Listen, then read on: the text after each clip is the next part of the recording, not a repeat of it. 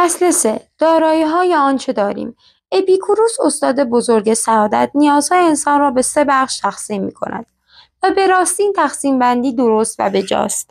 دسته اول نیازهای طبیعی و لازم مثل خوراک، پوشاک هستند که ارضا نشدنشان موجب درد و رنج می‌گردد و البته به سادگی هم برطرف می‌شوند.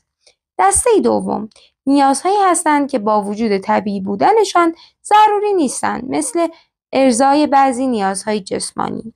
با این وجود اپیکور در گزارش لاertius به وضوح عنوان نمی کند منظورش کدام احساسات هستند، ولی من در اینجا نظریه او را دقیق‌تر و منظم‌تر عنوان می کنم. ارضای این نیازها به مراتب دشوارتر است. دسته سوم نیازهایی هستند که نه طبیعی‌اند و نه ضروری، مثل نیاز به تحمل و ولخرجی و نمایش و شکوه که هیچ نقطه پایانی هم برای آنها نیست و ارضا کردنشان هم کار بسیار دشواری است. اگر تعیین مرز توجیه نیاز و تمایل به ثروت غیر ممکن نباشد، کار ساده‌ای هم نیست، چرا که هیچ میزان مشخصی از ثروت و دارایی را نمیتوان مشخص کرد که باعث رضایت فرد باشد و این مقدار همیشه نسبی است، یعنی بر مبنای تناسب میان خواسته ها و داشته های او است. از آنجایی که میزان سعادت فرد توسط دستاوردهایش مشخص میشوند و نه خواسته هایش و نه حتی انتظاراتش تعیین مرز مشخص برای آن درست مثل کسری است که صورت دارد ولی مخرج مشخصی ندارد. کسی به خاطر نداشتن آنچه هیچ وقت حتی به آن هم فکر نکرده ناراحت نمی شود و بدون آنها هم خوشحال است. و برعکس، شاید کسی که 100 برابر مال و اموال دارد باز هم احساس بدبختی می کند چون به چیزی که می خواسته دست پیدا نکرده. در واقع هر کسی افق مختص خود را دارد و به همان اندازه انتظار دارد که فکر می کند و کسب آن برایش میسر و شدنی است. اگر آنچه در این افق برایش دست یافتنی باشد و با اطمینان به سمت آن برود، شاد و سعادتمند است، ولی چنانچه مشکلات سر راهش قرار بگیرند، دورنمای رسیدن به آن را خراب کنند، غمگین می شود. آنچه ورای این افق است تأثیری بر زندگی او ندارد. پس به این ترتیب دارایی‌های بیشمار ثروتمندان فقرا را به هم نمی ریزد و ناراحت نمی کند و متقابلاً فرد ثروتمندی که به آرزوهایش نرسیده با هیچ ثروتی تسلی نمی یابد. ثروت درست مثل آب دریاست که هر چقدر از آن می نوشی تشنه تر می شوی. این گفته در مورد شهرت نیز صادق است. فردی که ثروت و مالش را از دست می دهد به محض اینکه مراحل ناراحتی و رنج اولیه را از سر می گذراند به حالت عادی قبل برمیگردد و دلیلش هم این است که به محض اینکه سرنوشت داراییش را کاهش می دهد خودش نیز بلافاصله از خواسته های خود می کاهد. وقتی بدشانسی به سراغمان بیاید پایین آوردن خواسته هایمان دردناکتر از هر چیزی است، ولی به مرور زمان این درد کمتر و کمتر می شود و دیگر چیزی از آن باقی نمی ماند، درست مثل زخم کهنه‌ای که بهبود یافته. در نقطه مقابل وقتی خوششانسی به ما روی می آورد خواسته ها و توقعاتمان بیشتر و بیشتر می شود، چرا که چیزی نیست که جلوی آنها را بگیرد و این حس گشادگی باعث شادی و خوشحالی می گردد. ولی دیر نمی پاید که با تکمیل و پایان این روند شادی نیز رنگ می بازد، چرا که به گسترش خواسته هایمان خو گرفتیم و در پی آن نسبت به ثروتی که این خواسته ها را برآورده می کند بی تفاوت بیشویم. بخشی از اودیسه که در زیر به آن اشاره می کنیم به این واقعیت اشاره کرده. افکار انسان‌های ساکن زمین مثل همان افکاری است که پدر خدایان و انسان از همان روز اول به وی ارزانی داشته. نارضایتی زمانی بروز می کند که به دنبال افزایش میزان خواسته هایمان هستیم، در حالی که برای برآورده ساختن آنها قدرتی نداریم، جای تعجب نیست که برای انسان پر از نیاز که وجودش وابسته به آنهاست، ثروت محترمتر و با اهمیتتر از هر چیز دیگری در جهان باشد و رسیدن به آن تنها هدف او در زندگی و هرچه او را در رسیدن به آن یاری ندهد کنار گذاشته و فراموش می کند. به عنوان مثال اساتید فلسفه در قبال فلسفه چنین میگویند: مردم اغلب به خاطر اینکه بیش از هر چیزی عاشق پول و ثروت هستند و آرزوی آن را دارند سرزنش میشوند، ولی این امری کاملا طبیعی و حتی اجتناب ناپذیر برای انسان است که چیزی را دوست داشته باشد که مثل پروتئوس فناناپذیر میتواند هر لحظه به شیئی تبدیل شود که آرزوها و نیازهای بیشمار و متنوع انسان در گرو آنهاست. غذا برای گرسنگان، تفریح برای افراد سالم، دارو برای بیماران و خز برای زمستان مناسب و کاربردی است. پس همه اینها به طور نسبی خوب و کاربردی اند، ولی پول به طور مطلق، چرا که پول برآورنده تمام نیازهاست. انسان باید به دارایی‌هایش به عنوان حفاظی در برابر بلایا و حوادث احتمالی بنگرد و نه وسیله‌ای برای مهیا کردن لذت‌های دنیوی. کسی که از اول ثروتمند نبوده است و آن را به واسطه استعدادی که دارد کسب کرده، به خطا استعدادش را سرمایه‌ای ماندگار و درآمدش را از سود حاصل آن می‌داند. از این رو از این درآمد چیزی پس‌انداز نمی‌کند تا سرمایه‌ای ماندگار برای خود داشته باشد. چنین افرادی اغلب دچار تنگدستی می‌شوند، چرا که پس از زایل شدن این استعداد که تقریباً در مورد همه هنرهای زیبا صدق می‌کند، یا به این دلیل که فقط در شرایط خاصی قادر به بروز این استعداد بودند، شرایطی که برای دیگران مهیا نبوده، در کسب درآمد دچار مشکل شده یا کاملاً متوقف می‌شود. ولی در مورد صنعتگران مانعی برای خرج کردن داراییشان نیست، چرا که توانایی‌ها و حاصل کارشان به راحتی از بین نمی‌رود. نیرو و مهارت زیر دستشان جایگزین نیرو و مهارت آنها می‌شود و محصولاتشان همیشه مورد تقاضا و مصرفی هستند. این ضرب‌المثل خیلی خوب این موضوع را بیان می‌کند. یک حرفه خوب مثل معدن طلا است. ولی در مورد هنرمندان و حرفه‌ای‌ها در هر زمینه‌ای موضوع فرق می‌کند و به همین خاطر حقوق خوبی دریافت می‌کنند. این افراد باید سرمایه خوبی از درآمدهایشان بسازند، ولی نسنجیده به آن به عنوان سود نگاه کرده و با این دید همه چیز را تباه می‌کنند. از طرف دیگر کسانی که پول را به ارث بردند حداقل می‌دانند فرق سود و سرمایه چیست و اکثرشان سعی می‌کنند این سرمایه را حفظ کنند و به آن دست نزنند و حتی در صورت امکان دست کم 1/8 سودشان را برای پیشامدهای احتمالی آینده پس‌انداز کرده و به این ترتیب جایگاه خود را حفظ می‌کنند. این نمونه‌ها برای زندگی تجاری کاربردی ندارد، چرا که نگاه بازرگانان به پول وسیله‌ای برای کسب درآمدهای بعدی است. درست مثل نگاه صنعتگر به ابزارش. به همین خاطر حتی اگر تمام سرمایه‌شان نتیجه تلاش‌های خودشان هم باشد، سعی می‌کنند با استفاده از خود این سرمایه آن را حفظ کنند و بیشترش کنند. بنابراین جایگاه ثروت برای هیچ طبقه‌ای مثل بازرگانان نیست.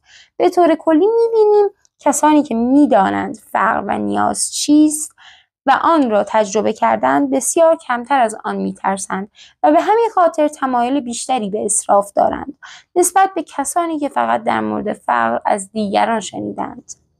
در واقع کسانی که در شرایط خوبی به دنیا آمده و رشد کردند در مورد آینده محتاط‌تر و اقتصادی‌ترند تا کسانی که از روی شانس و ناگهانی به ثروت و دارایی عظیمی دست یافتند. به نظر می‌رسد فقر تنگدستی آنطور که از دور به نظر می‌رسد وحشتناک نیست. دلیل واقعی این امر این است که ثروت برای کسانی که در آسایش و نعمت به دنیا آمده به منزله هوا برای نفس کشیدن است و مثل جانش از آن محافظت می‌کند و به این ترتیب معمولاً خواهان نظم با احتیاط و صرف جوست.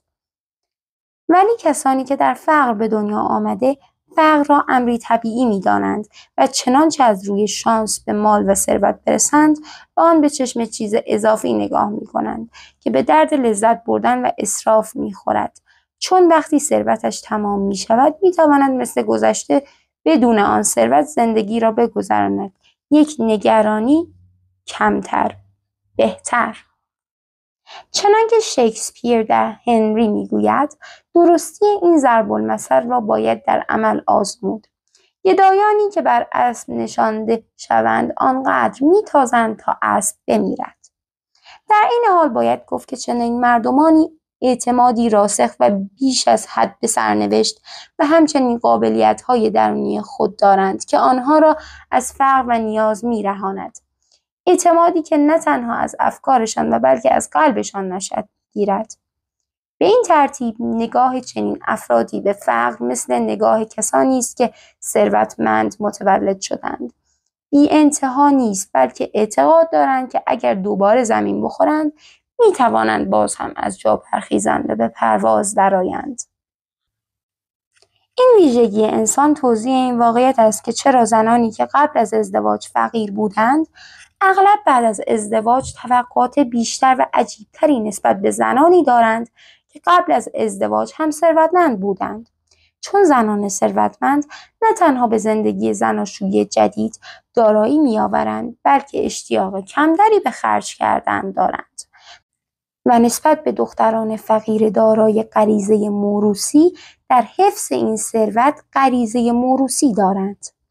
اگر کسی در مورد واقعیت این موضوع شک دارد و فکر می کند برعکس این موضوع صادق است، می تواند به اولین طنز آریوستو مراجعه کند.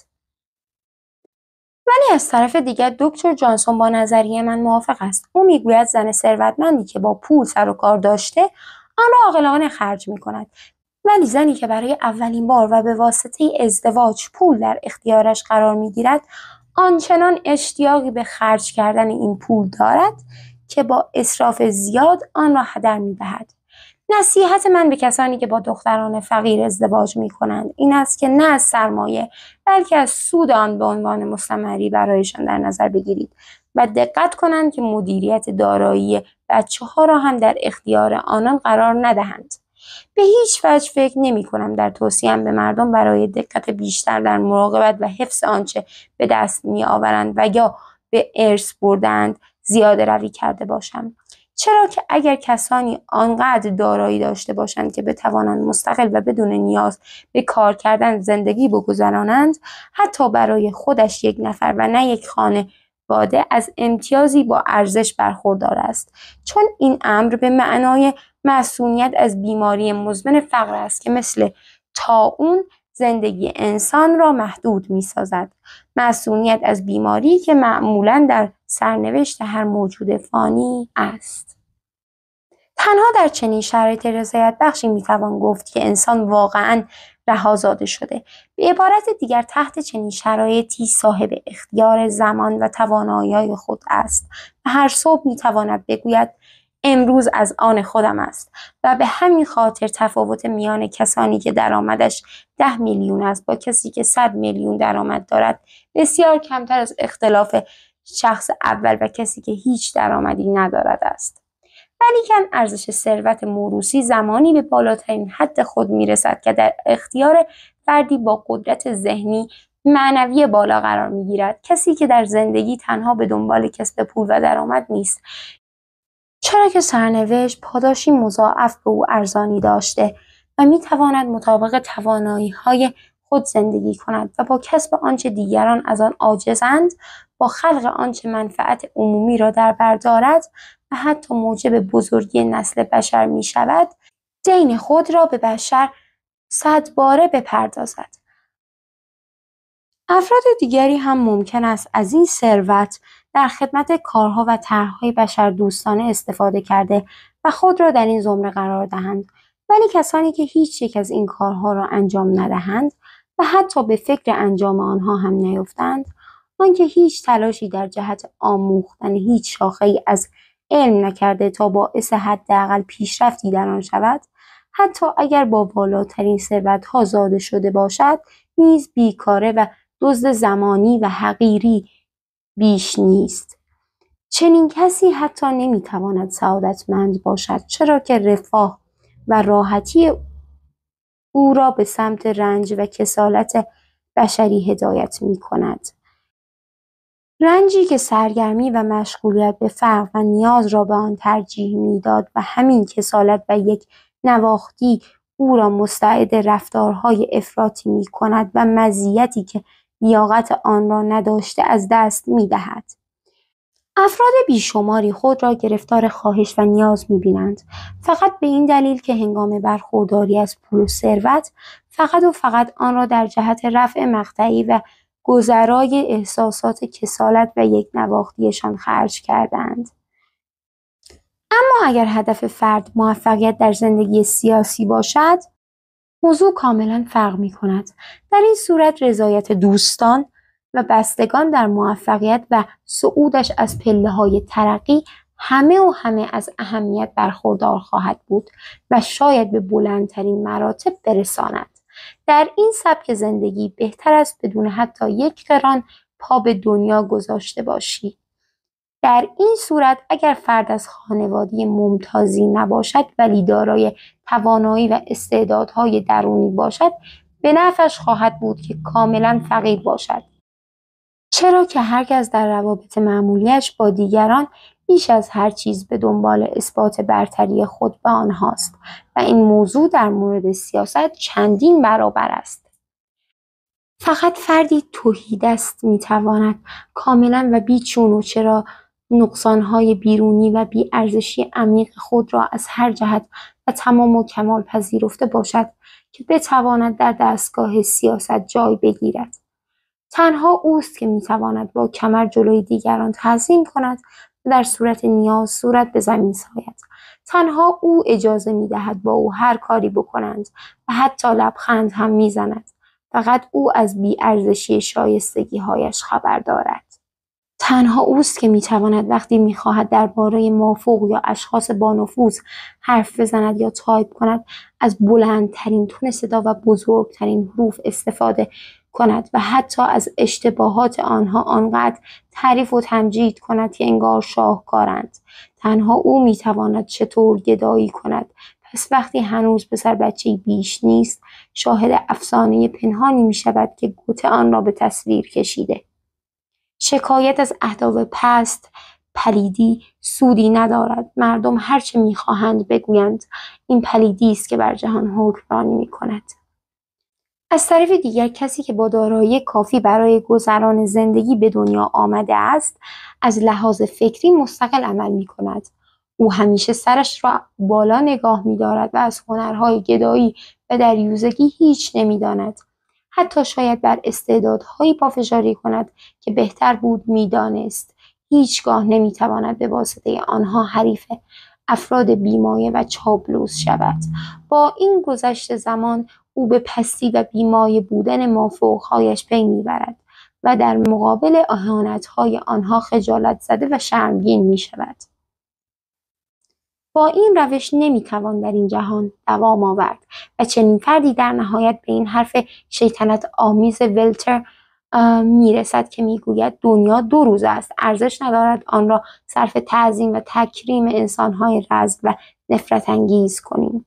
راستی باید بگوییم که رذل نفرت انگیز صفتی است که میتوان آن را به افراد زیادی نسبت داد.